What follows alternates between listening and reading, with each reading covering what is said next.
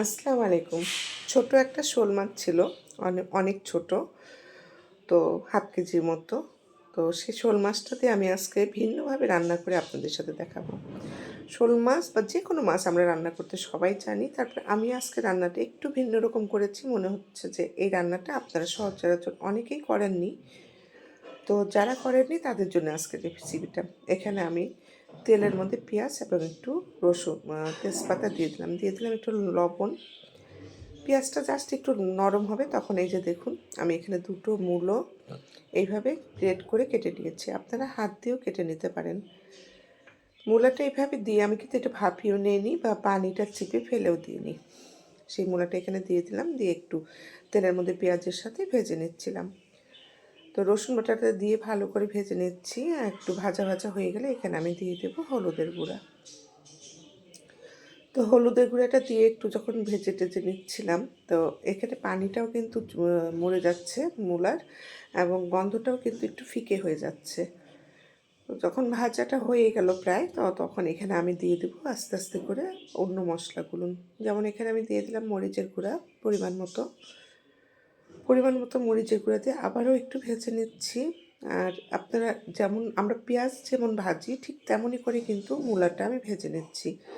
মূলা হয়তো বড় বড় করে কেটে আমরা অনেকেই হয়তো মূলা দিয়ে খেয়েছি, শোল মাছ হোক বা অন্য কোনো মাছ হোক, কিন্তু এইভাবে কুচি করে পেঁয়াজের মতন করে কেটে মাখো মাখো করে কেউ রান্না করেছেন কিনা আমার জানা নেই, তবে এটা আমি নিজস্ব রেসিপি, আমি এইভাবেই করি মাঝে মাঝে। এবং তার আগে বলি একটু পানি দিয়ে আমি দিয়ে দিলাম এখানে ধনিয়া এবং জিরা, এই দুটো একটু ভেজে তেলে নিয়েছিলাম, সেটাই আমি এখানে দিয়ে দিলাম 1.5 চা চামচ।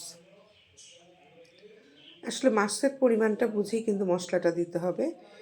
ওই মশলাটা দিয়েও কিন্তু ভালো করে আমি কষিয়ে নিলাম মূলাটা।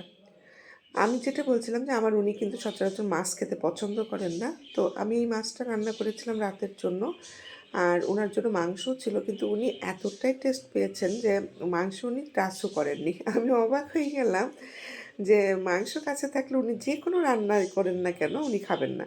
তো এই মূলাটা, এই মাছের তরকারিটা যখন একটা খেলেন, খেয়ে বললেন যে এত সুন্দর রান্নাটা হয়েছে আর মাছটাও ভাজা হয়েছে অনেক সুন্দর। মাছটা কিন্তু আমি সুন্দর করে উল্টিয়ে পাল্টে লাল করে ভেজে নিয়েছিলাম। তো এরই মাঝে কিন্তু ঝোল দিয়ে ভাজা মাছটা দিয়ে দিলাম কিছু কাঁচামরিচ দিয়ে, যখন এরকম মাখো মাখো হয়ে যাবে তখন উপর থেকে কিছু ধনিয়ার পাতা দিয়ে দিবেন। এখন ধনিয়ার পাতা অ্যাভেলেবেল, তাই ধনিয়ার পাতাটা আমি চেষ্টা করি প্রায় সব তরকারিতে দেওয়ার জন্য, শুধু মাংস বাদে।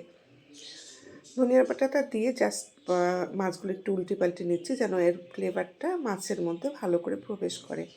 আমার কিন্তু রান্নাটা হয়ে গেছে।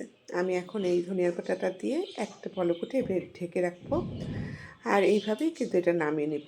লাস্টে খাওয়ার সময় দেখছিলাম যে মনে হচ্ছিলো ঝোল যদি আরেকটু বেশি রাখতাম তাহলে বোধহয় আরও ভালো হতো, কারণ এতটাই মজা ছিল এই মাছটা।